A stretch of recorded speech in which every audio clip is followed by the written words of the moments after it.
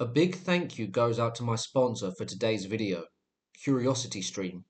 Now this is by far my favourite streaming service because it's a place where I can watch thousands of incredible documentaries and learn so much about so many different topics such as nature, history, technology and music. But for me, it's the history documentaries that really take my interest. One of my favourite documentaries on this streaming service is The Real War of Thrones. By watching it, you'll learn more about the turbulent centuries of early Europe and how the power-hungry families and dynasties fought for domination of the continent. Behind those stony castle walls was a world of strategic alliance, adultery, scheming, treason, and murder. CuriosityStream is also available worldwide and can be viewed on many platforms such as web app, Roku, Android, Xbox One, smart TVs, iOS, Amazon Kindle, and Apple TV. Because you're a subscriber to History Profiles, I have a special offer for you. You can get 25% off a yearly subscription. That's only $14.99 for the whole year, which is just $1.25 a month. So use my link in the description or go to curiositystream.com/HP for unlimited access to the world's top documentaries, and use my promo code HP to sign up and get 25% off your yearly subscription. In this video, we will delve into 10th and 11th century England and Scandinavia. This was a perilous time where the kings of England were being assassinated, exiled, or cut down in the field of battle. Need it be said that this was a time of murder, betrayal, and ambition. In Scandinavia, the situation was no better. Sven Forkbeard was Canut's father, and before Canut's birth, in the latter part of the 10th century, Sven revolted against his own father, King Harald Bluetooth, and seized the throne of Denmark, driving his father into exile and death. The story of Canute involves many awe-inspiring figures, as in this time, when boats were made from wood, men were made from steel. When Canute was just a boy, he heard a story of the St.Brice's Day massacre. King Aethelred of England ordered the extermination of all Danes in his land, which led to the death of his Aunt Gunhilde and her husband Pallig, and countless others. His father, Sven Forkbeard, was overcome with grief. He would personally lead raids against England frequently. Canute's father was rash, bold, and a fearless warrior, but he wasn't there for the boy, as he was always away fighting. So how would Canute be forged into the greatest king Scandinavia had ever seen? This is his story. First, let's look at the early life of Canute. We don't have an exact date to when he was born, but it's widely believed he was born in the year 990. He came from a legendary bloodline, with his great-great-great-great-grandfather being Sigurd Snake in the Eye, the mythic Viking warrior and Danish king who was the son of Ragnar Lothbrok. Canute's grandfather Harald Bluetooth would cast aside the old gods of his forefathers and adopt Christianity, making him the first Scandinavian king to accept it. So Canute was a Christian just like his grandfather, but with his father always being away, how would he learn what it meant to be a man and a warrior? According to a 13th century book called the Flateyjarbok, Canute was personally tutored in the art of war by Thorkel the Tall. In order for this to happen, Canute may have been sent to Jomsborg, the castle of the fabled Joms Viking warriors. Thorkel the Tall was a famous warrior, and it is said that there was no man taller. He would teach a young Canute the way of the sword, the axe, and how to kill a man. Growing up, Canute admired Thorkel, for he was everything he wanted to be: strong, respected, and feared. Canute would not forget the Lord Thorkel, for he owed him much. Canute's training by Thorkel and the Joms Vikings was so intense that he would be ready for battle in his teens. In the Knutsdrapa, an Old Norse poem, it states that Canute was of no great age when he first went to war. But barely anything is known of Canute's early life apart from his tutorage from Thorkel. Once he became a man, he was described as follows in the Knytlinga saga. Canute was exceptionally tall and strong, and the handsomest of men, all except for his nose, that was thin, high-set, and rather hooked. He had a fair complexion nonetheless, and a fine, thick head of hair. His eyes were better than those of other men, both the handsomer and the keener of their sight. Soon enough, in the year 1012, Canute's old tutor Lord Thorkel, now leader of the Joms Vikings, led a Viking invasion into England with his men. The disruption Thorkel caused in England gave Canute's father, King Sven, an opportunity to finally finish what he started, and that was to kill King Aethelred of England, or take his crown, or both. But this time, Sven would take his son, Prince Canute, with him. By 1013, Sven and Canute led a full-scale invasion on England. They would sail with hundreds of ships, ready to take the throne, and avenge the extermination of Danes, ordered by King Aethelred years before. When Canute and his father arrived in England, according to the Anglo-Saxon Chronicle, they arrived with their fleet in Sandwich, and swiftly went to East Anglia. Earl Uhtred quickly bowed to Sven, as did all the people of Northumbria. Then the people of the 5 boroughs followed. They then went to Winchester, and the people there did the same. They then pressed eastward to London. Conquering London would prove difficult, however, due to Thorkel the Tall defecting to King Aethelred's side after abandoning his individual raids in England. He became one of Aethelred's generals, and he would personally hold London against the forces of Canute and Sven. Nonetheless, Thorkel's resistance was in vain. He knew that they could not hold the city due to the overwhelming might of Sven and Canute's forces. King Aethelred sent his sons Edward and Alfred to Normandy, and then retreated to the Isle of Wight. Thorkel abandoned London to meet Aethelred for one final meeting. After this, Aethelred followed his sons into exile. On Christmas Day, in the year 1013, Sven was declared the King of England. Only 5 weeks after his ascent, he would die at the age of 50. Sven did not even have the time to organise his vast new kingdom, and his sudden death would leave England in chaos.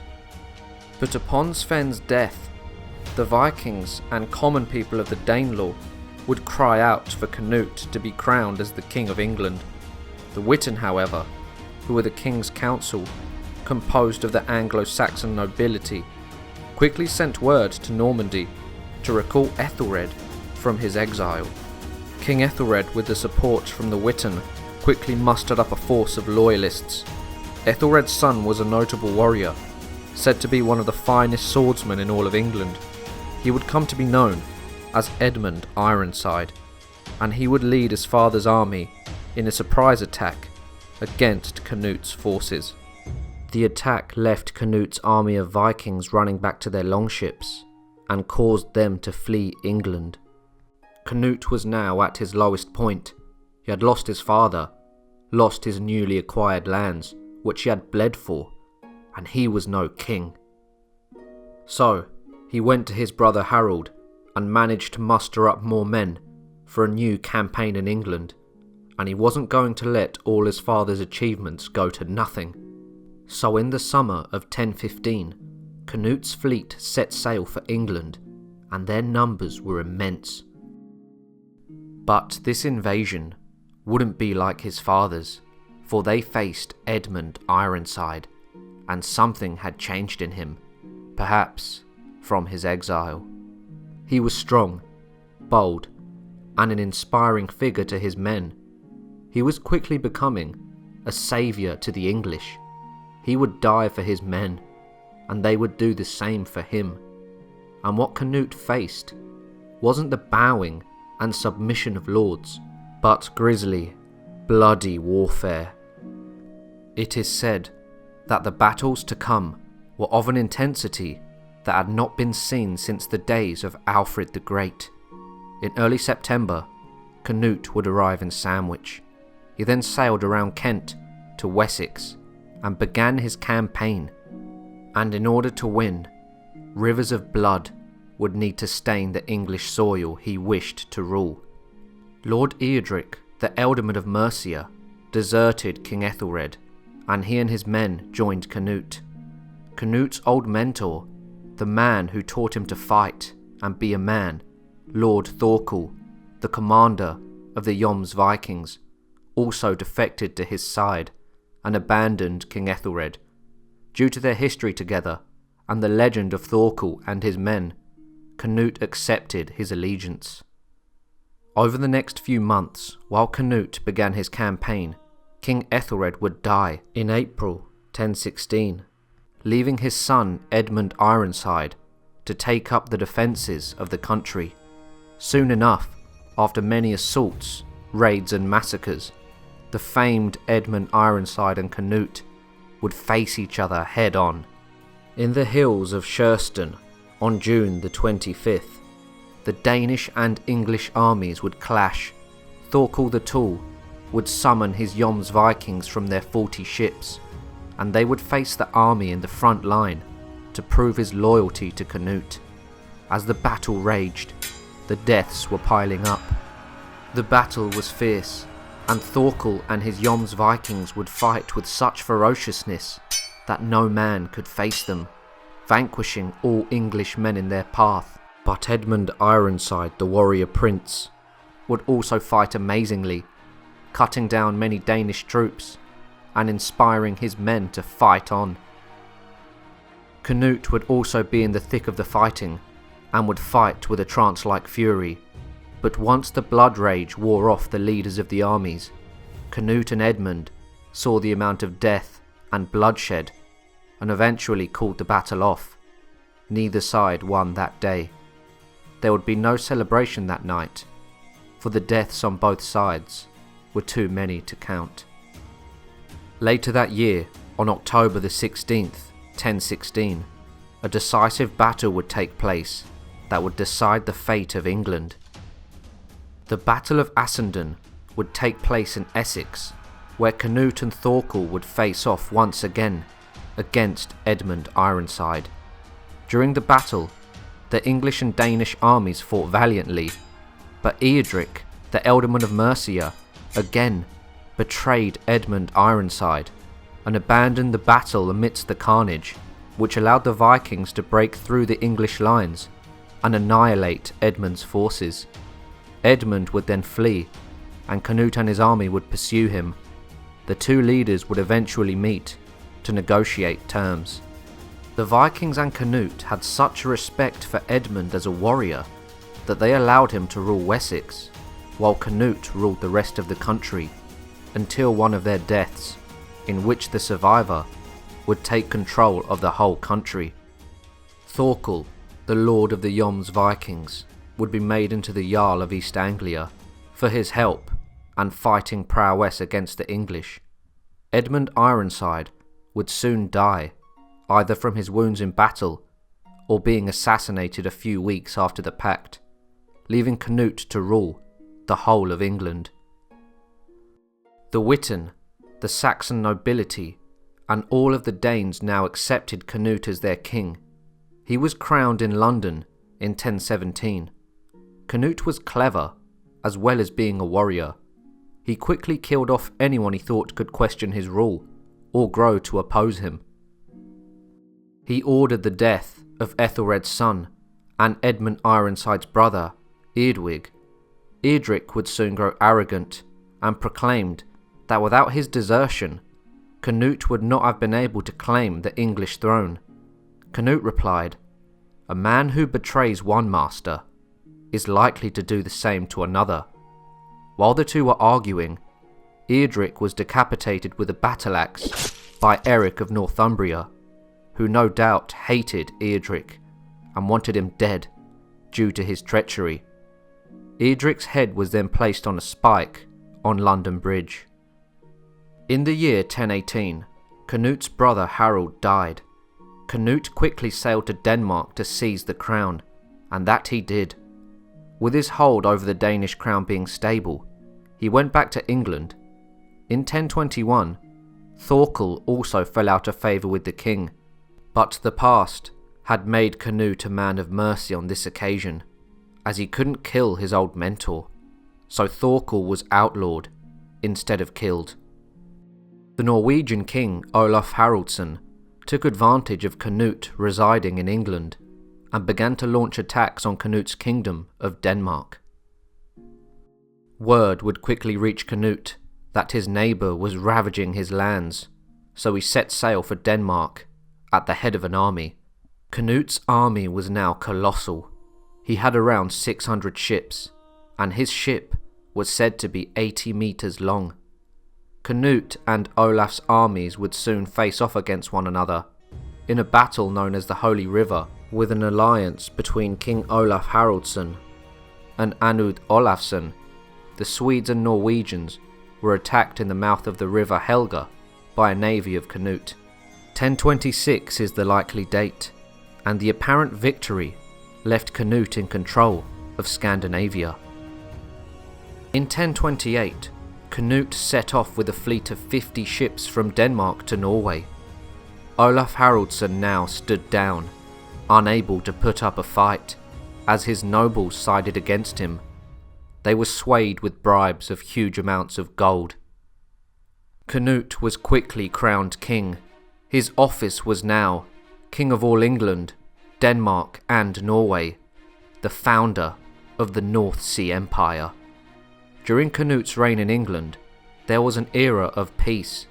This is due to the fact that he controlled the forces that would regularly raid the English shores and ravage the lands. Many people believed that Canute had divine powers and could control the tide, so Canute ordered his throne to be placed on the shores and commanded the sea to halt and not wet his feet. When his feet got wet, he turned to the court and said, "Let all men know how empty and worthless is the power of kings, for there is none worthy of the name, but he whom heaven, earth and sea obey by eternal laws." The story about the tide is not about Canute's arrogance, but his humility and submission unto God, showing that even he was only a man, and the true authority and power lay with God. Canute was a devout Christian who repaired all the churches and monasteries that were looted and ravaged by his army. With his army being largely heathen, he had to tolerate the pagan religion to not alienate his forces. He even went on a pilgrimage to Rome in 1027. Canute would die on the 12th of November 1035, aged around 45. His brilliance was what held together his North Sea Empire, and upon his death it was split. Chaos would erupt, as men of ambition would want to be king.